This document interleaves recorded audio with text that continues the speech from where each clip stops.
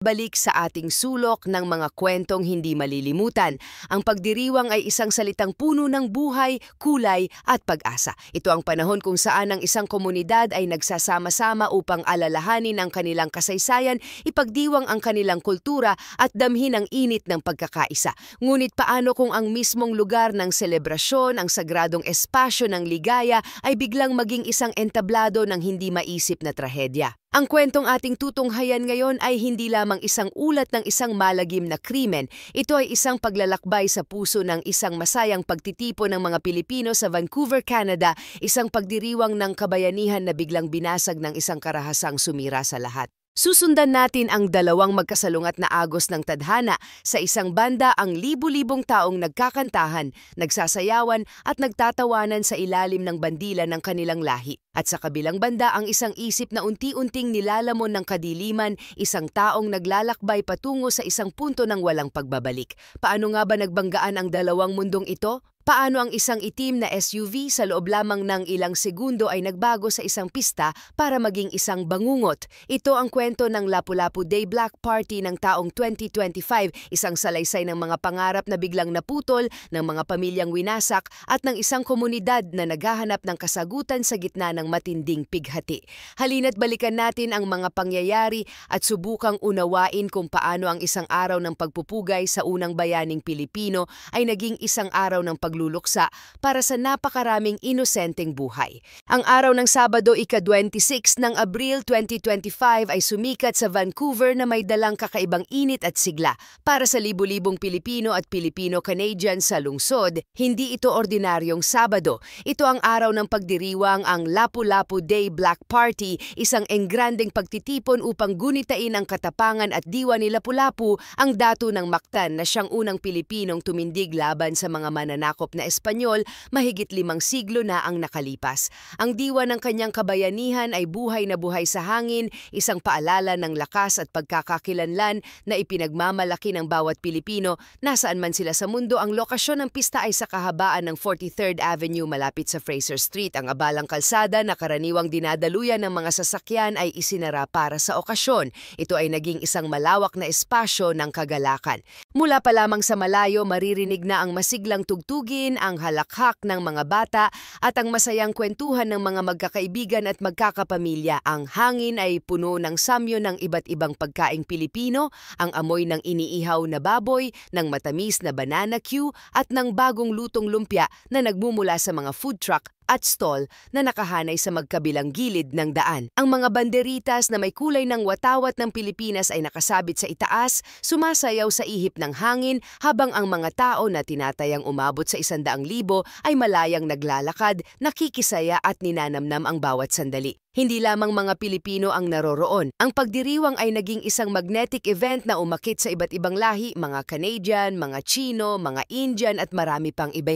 Lahat sila ay nakiisa, isang testamento sa kung paano ang kulturang Pilipino ay may kakayahang yakapin ang lahat. Sa gitna ng entablado, katatapos lamang magtanghal ng sikat na si Apple.D, up ng Black Eyed Peas na lalong nagpasiklab sa damdamin ng mga manonood. Ang kanyang musika ay isang paalala ng pandaigdigang tagumpay ng talento ng Pilipino. Sa gitna ng masayang damdong na iyon, naroon si Maria Victoria Biarnesen. Siya ay hindi residente ng Canada. Nandito lamang siya para bisitahin ang kanyang 2 anak. Bawat ngiti at tawa niya sa araw na iyon ay may kasamang pananabik. Sa isip niya, ilang araw na lang, sa ika-29 ng Abril, ay lilipad na siya pabalik sa Pilipinas. Ang pagdiriwang na ito ay ang kanyang huling hirit, isang masayang paalam sa kanyang mga anak at sa karanasang Kanadyense.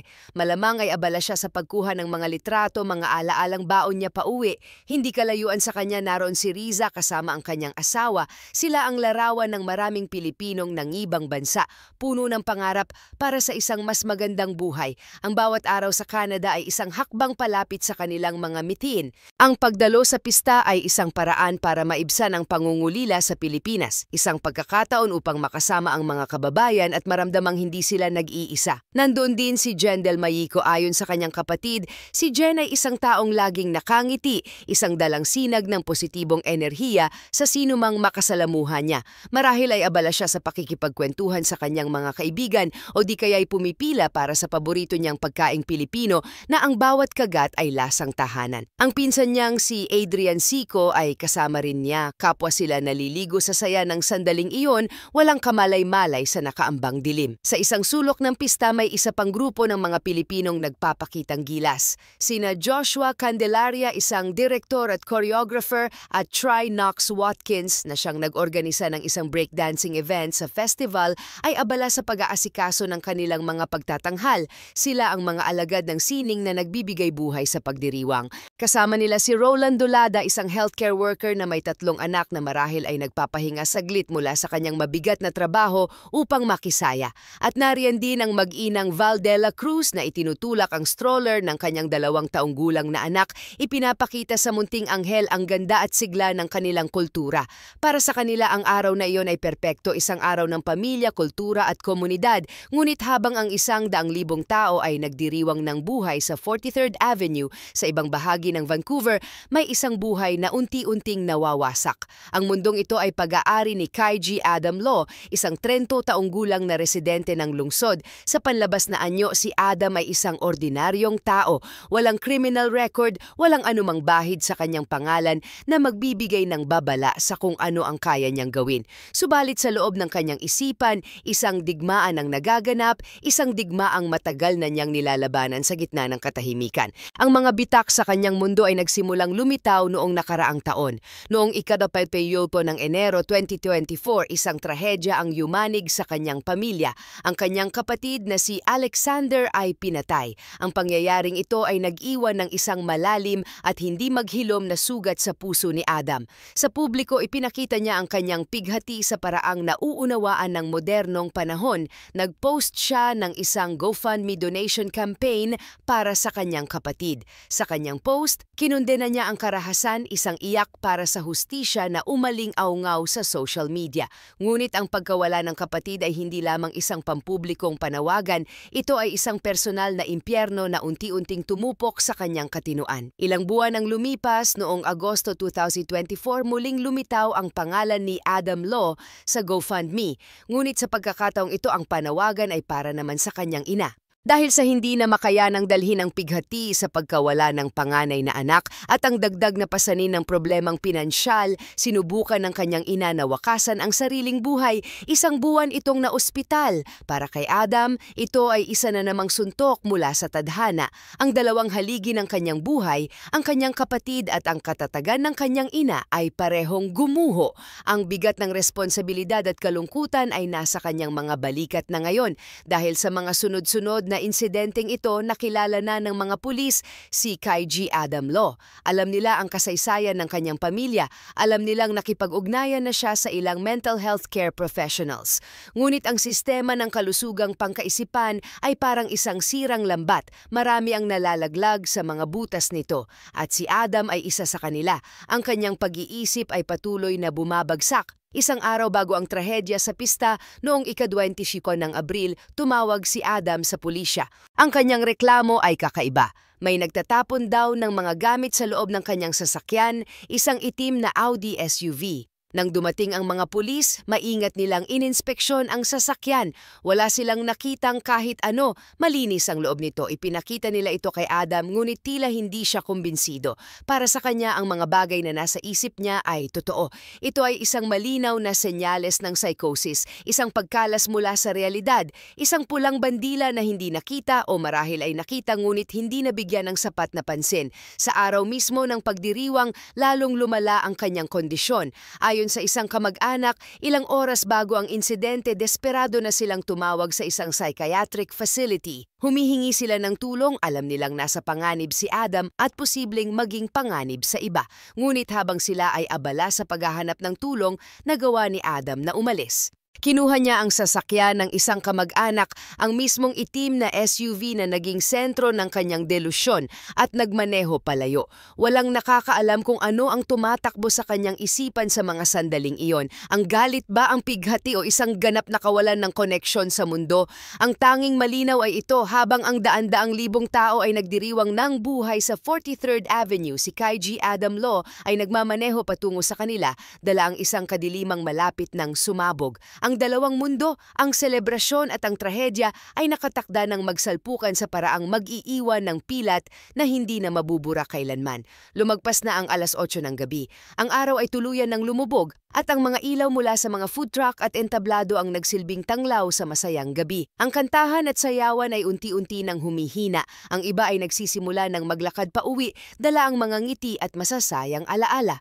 Ang iba naman ay pumipila pa rin sa mga stall, humahabol sa huling tikim ng isaw o halo-halo. Ito ang larawan ng isang matagumpay at payapang pagtatapos ng isang masayang araw. Ang himig ng kaligayahan ay nangingibabaw pa rin sa hangin, ngunit bigla isang tunog ang pumunit sa payapang kapaligiran. Isang tunog na hindi kabilang sa pista, ang ugong ng isang makina na mabilis na umaarangkada. Mula sa kadiliman, isang itim na Audi SUV ang biglang sumulpot, humaharurot papasok sa nakasarang kalsada. Hindi ito bumusina, hindi ito nagmenor, ito ay parang isang torpedong bakal na may iisang layunin, ang manalasa. Ang mga taong unang nakakita rito ay nagulat, hindi agad na proseso ang kanilang nakikita. Marahil inakala nilang ito ay isang emergency o isang sasakyang naligaw, ngunit ang kanilang pagkalito ay agad na napalitan ng matinding takot. Hindi iniwasan ng sasakyan ang mga tao. Sa halip, sinadya nitong baybayin ang pinakamakapal na bahagi ng damdong. Ang mga sumunod na segundo ay isang eksena mula sa isang bangungot. Ang masayang hiyawan ay napalitan ng mga sigaw ng pagkasindak at sakit. Ang tunog ng tumatalsik na pagkain at nababasag na plato ay nahaluan ng nakakabinging kalabog ng bakal na tumatama sa laman at buto. Ayon sa isang testigo na nakaligtas, ang tanawin ay surreal at kakilakilabot. Nakita niya ang mga katawan ng tao na tumilapon sa hangin, mas mataas pa sa mga food truck na nakapaligid sa kanila.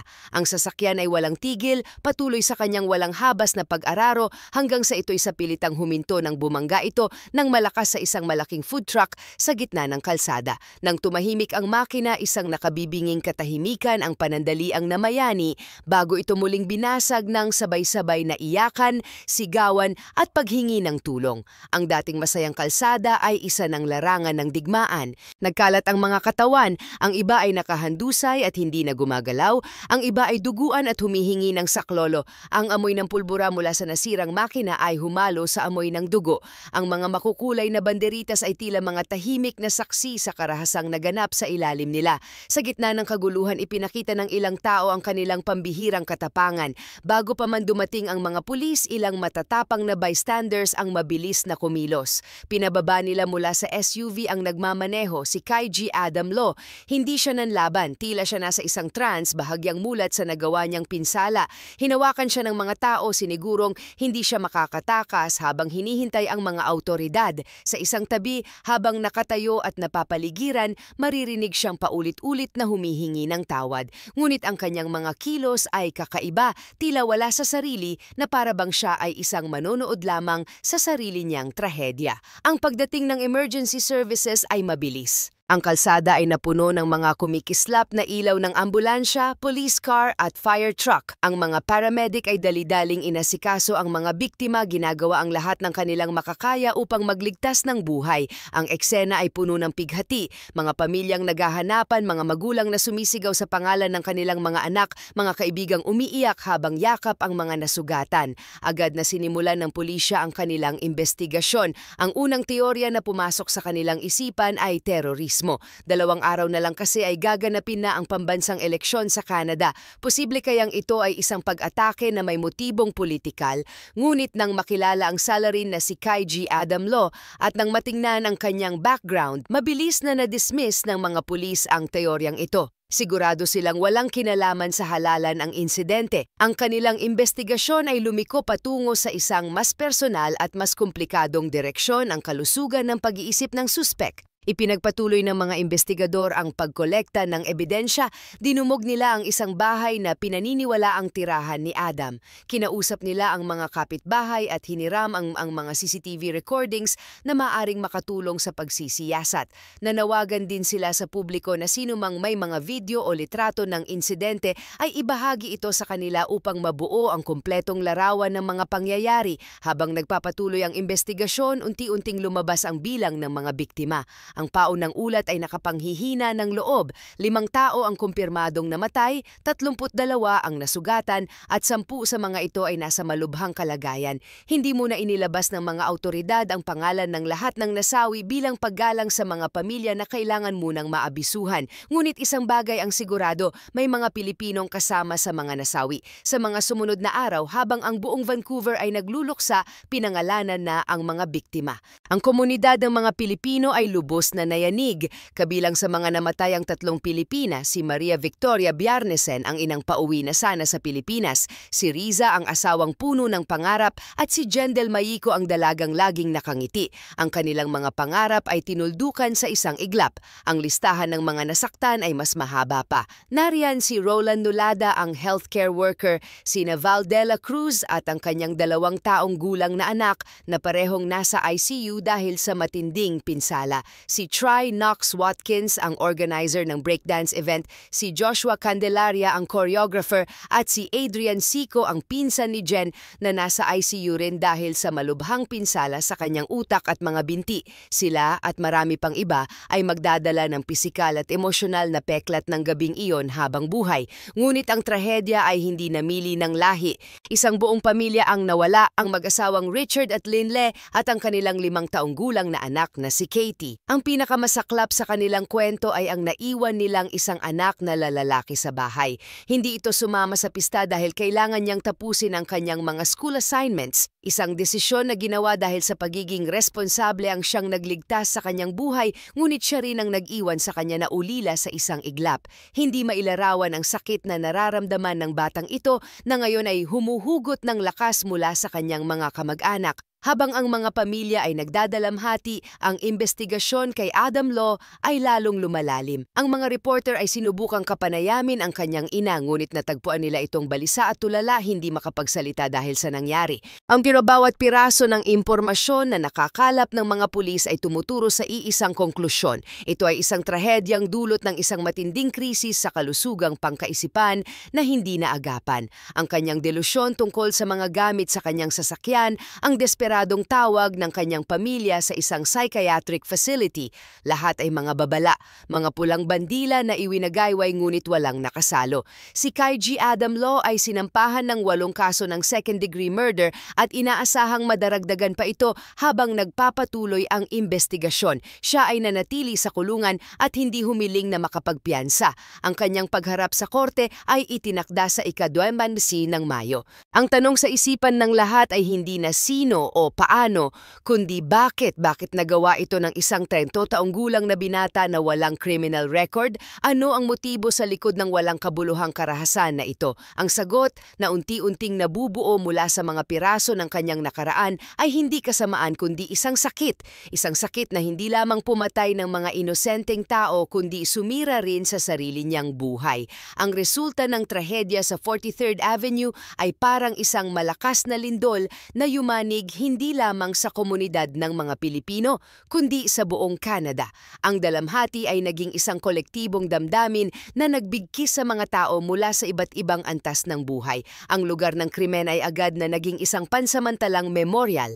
Nagkalat ang mga bulaklak, kandila, mga laruan at mga mensahe ng pakikiramay. Ang bawat alay ay isang simbolo ng pag-alaala sa mga nawalang buhay at isang panalangin para sa mga nagpapagaling. Ang mga pinuno ng bansa ay hindi nagbingi-bingihan. Mismong si Canadian Prime Minister Mark Carney ay personal na bumisita sa memorial. Sa isang madamdaming sandali na nakuhanan ng media, lumuhod siya sa harap ng mga alay, isang tahimik na kilos ng paggalang at pakikidalamhati na nagpakita ng bigat ng epekto ng insidente sa buong bansa. Sa Pilipinas, nagpaabot din ng kanyang pakikiramay si Pangulong Bongbong Marcos na nagpatibay sa ugnayan ng dalawang bansa sa oras ng ng kalungkutan. Ang Philippine Consulate General sa Vancouver ay naging abala sa pagtulong.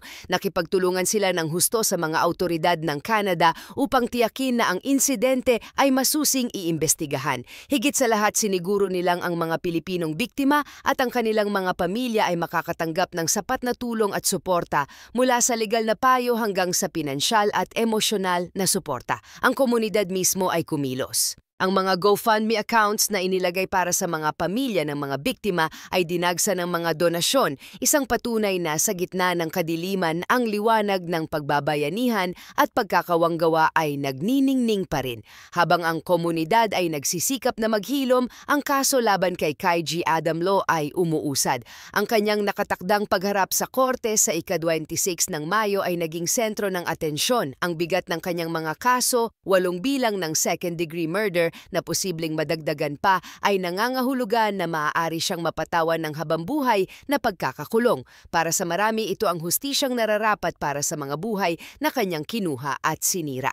Ngunit ang kaso ay hindi ganoon kasimple. Ang malaking anino ng kanyang problema sa pag-iisip ay nakluming sa buong proseso ng legal. Ang kanyang kasaysayan ng mental health issues, ang mga testimonya ng kanyang pamilya at ang ebidensya ng kanyang lumalalang psychosis bago ang krimen ay malaki ang posibilidad na isasaalang-alang ng korte. Ito ay nagbukas ng isang mahirap at masalimuot na debate. Paano mo hahatulan ng isang tao na ang isipan ay hindi na konektado sa realidad? Ito ba ay isang kaso ng purong kasamaan o isang kaso ng isang sistemang nabigo? Ang tanong na ito ay umalingaw-ngaw sa buong komunidad.